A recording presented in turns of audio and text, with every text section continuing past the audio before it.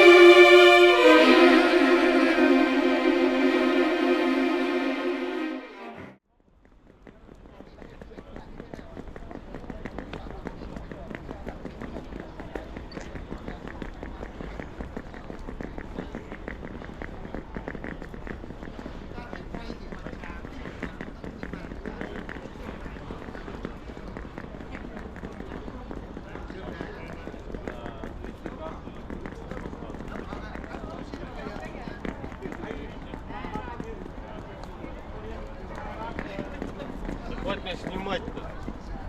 Если они сами должны приехать. Ой, точно сам. Да. Ну, короче, пойми.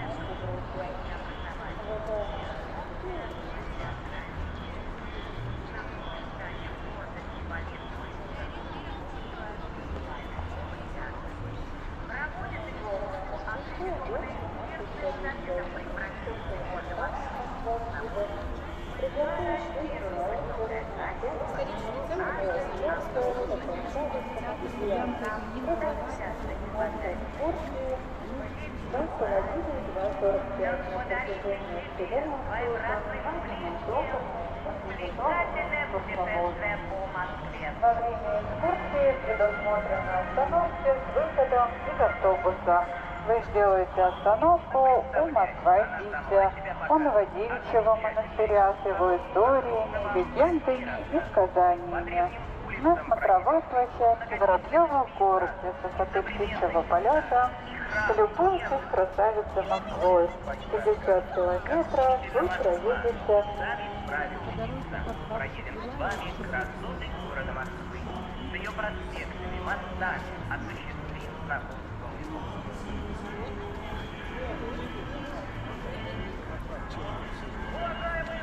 Уважаемые москвичи, уважаемые гости,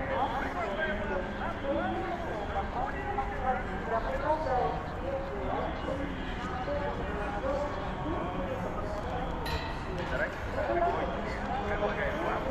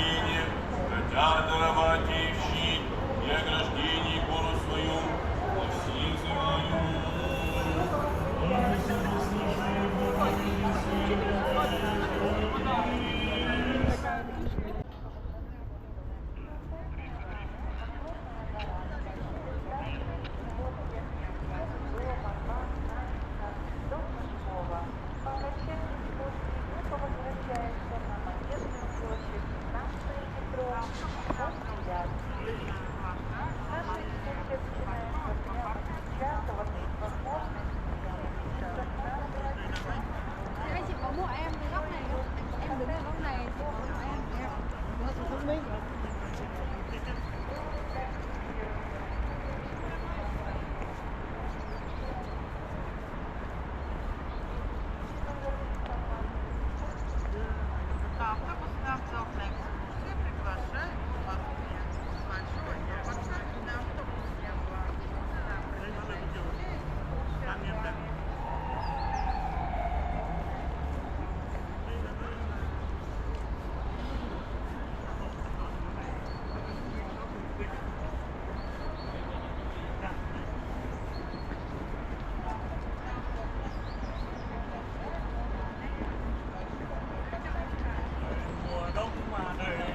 Có nhà.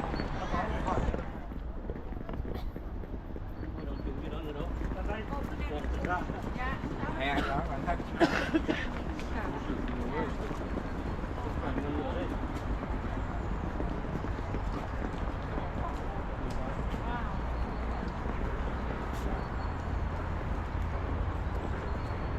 Đây đây.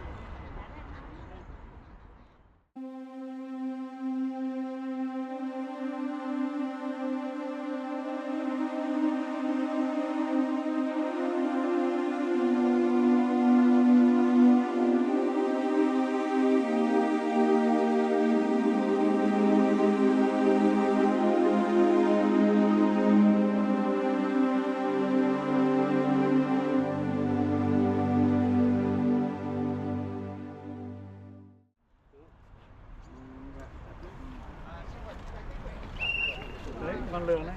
Con rác này. Nhanh chân. Đẹp này. Спасибо большое.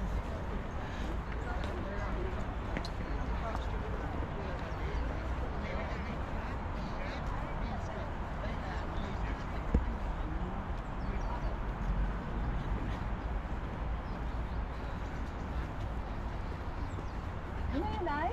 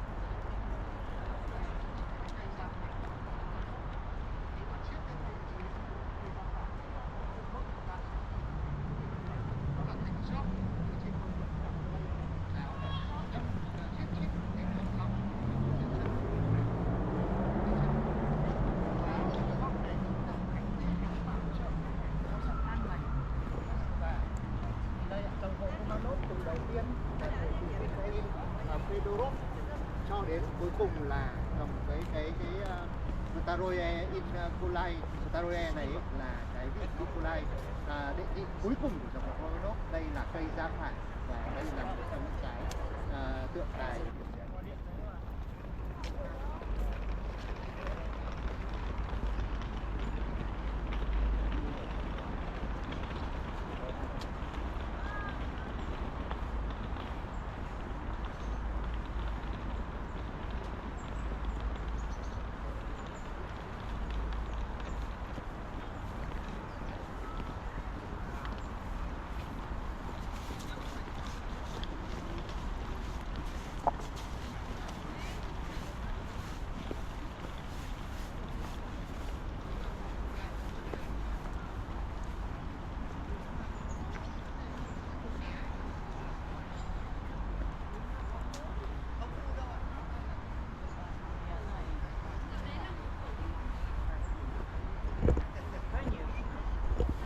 Сейчас он гнется, живот болит.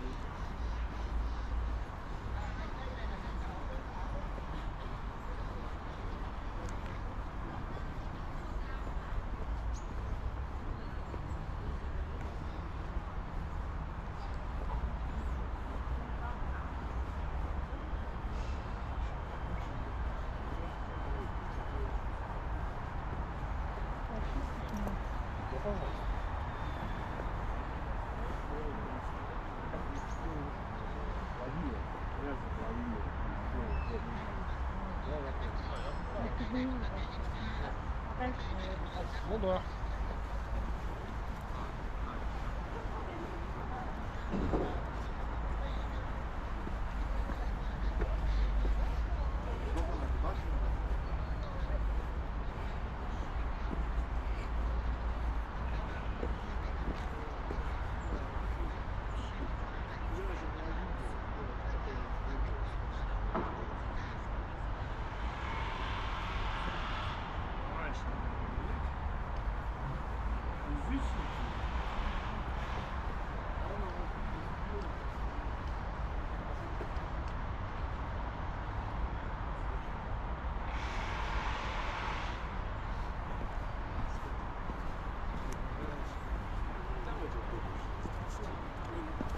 Не раздался.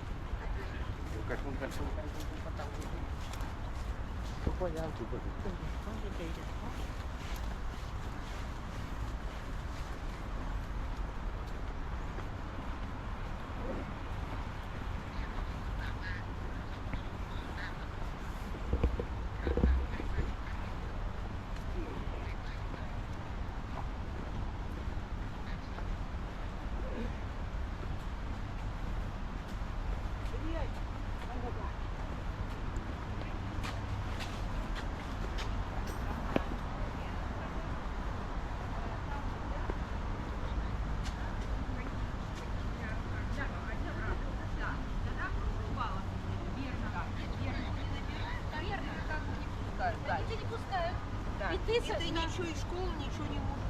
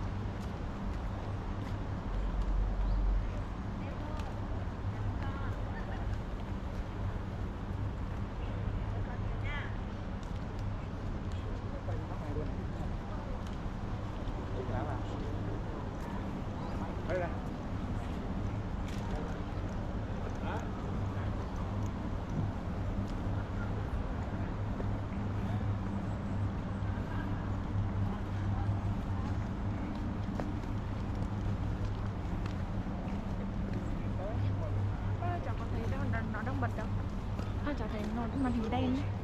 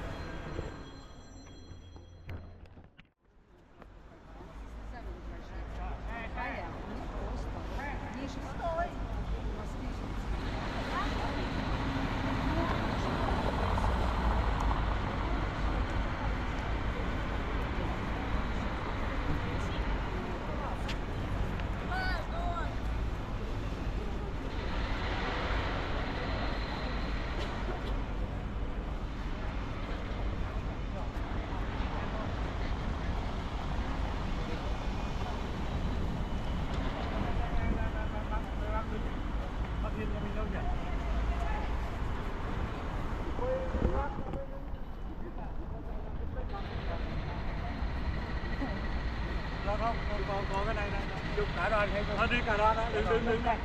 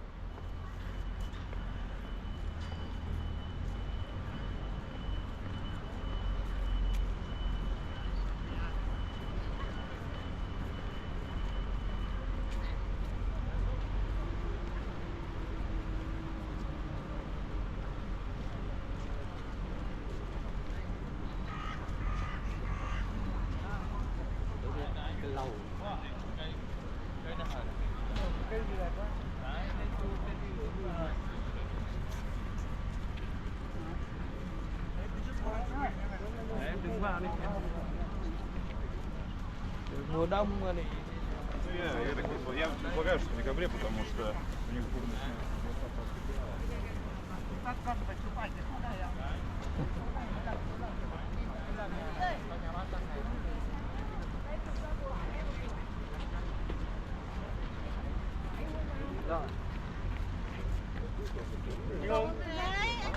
Em đưa điện thoại rồi. Đẹp lắm. Anh chị ạ, làm tí gốc cây vàng. 2, 3, 2, 3, tuyệt vời.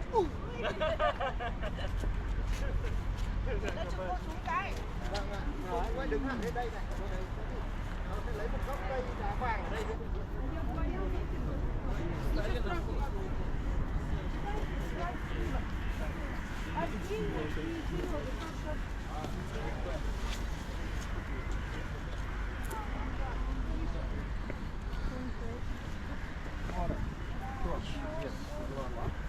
вес ракет 15 и ядра по 1 и ядра по 1 тонне. То есть все вместе это будет 50.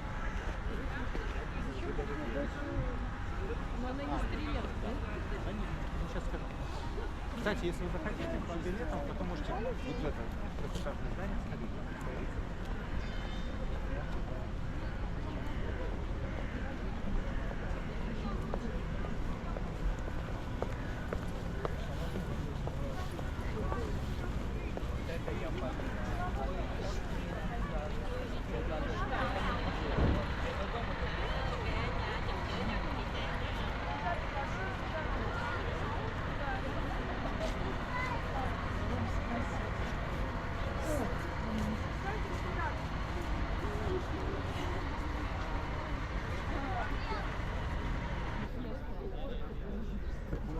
Просто стрелявы.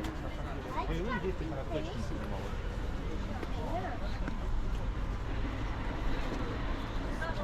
Подожди, сейчас дай руку мне. Иди сюда. Артем. Все, он не фотографирует.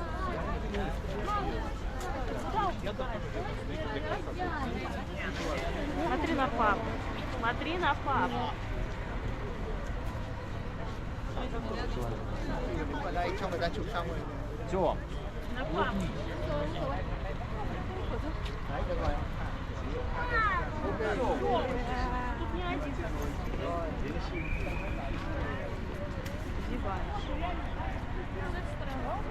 Kìa đây cho anh kìa.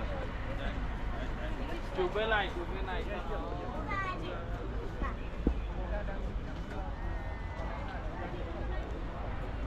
Đây đây.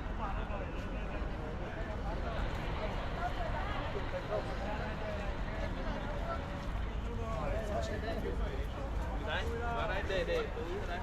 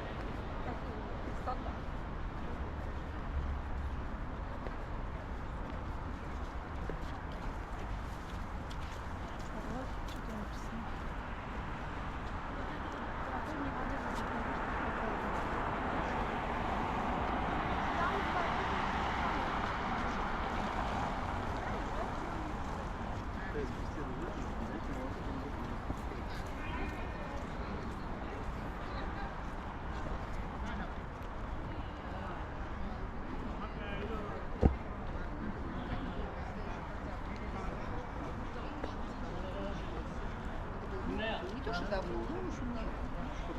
И очень просили, мы даже 4 часа. Я позвонила, я говорю, Юр, ты Аля, ты что? Rồi là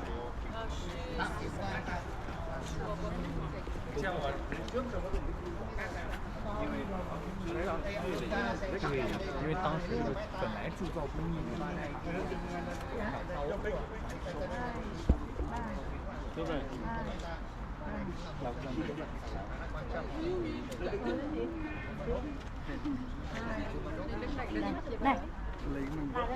Bà này thì các cô chú anh chị để ý nhé, là bất cứ một cái vị sao hoàng nào của Nga đấy là tay phải là cầm quyền trước, tay trái là cầm tinh cầu, tay phải là cầm quyền trước là quyền lực cao nhất, người có quyền lực tối cao của đất nước, và tay trái là cầm một quả cầu, là có thể là quả cầu này là thể hiện cái sự làm cảm phản thế giới, có thể là không có cả một thế giới và tay quyền lực tất cả tinh cầu hay là tinh lượng đều là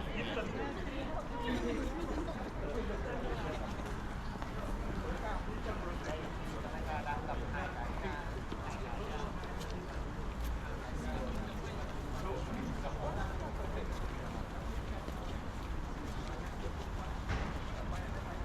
Если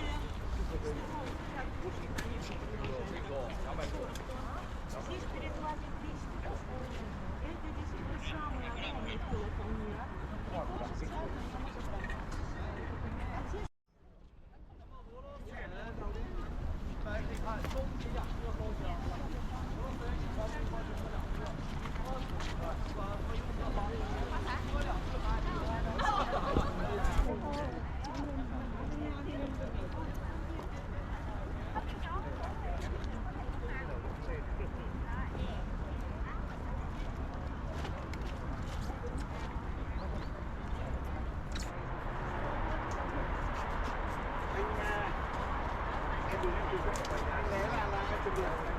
Đây đó, đó, chữ đó.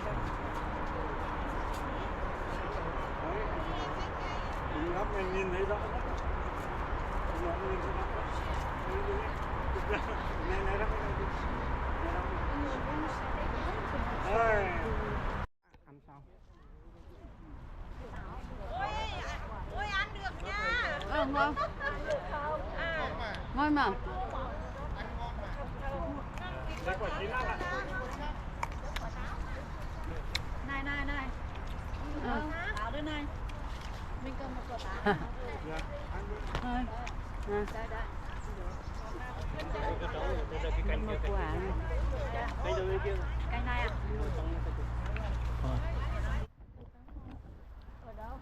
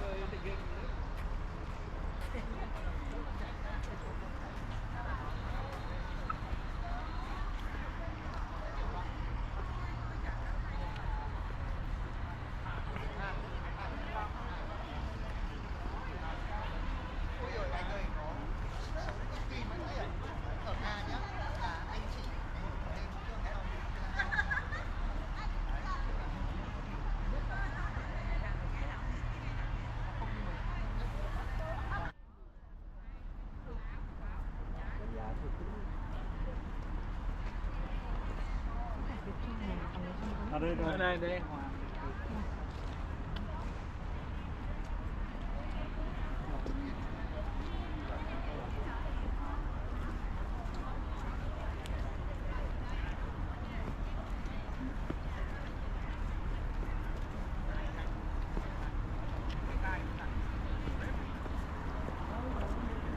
Ngân ơi.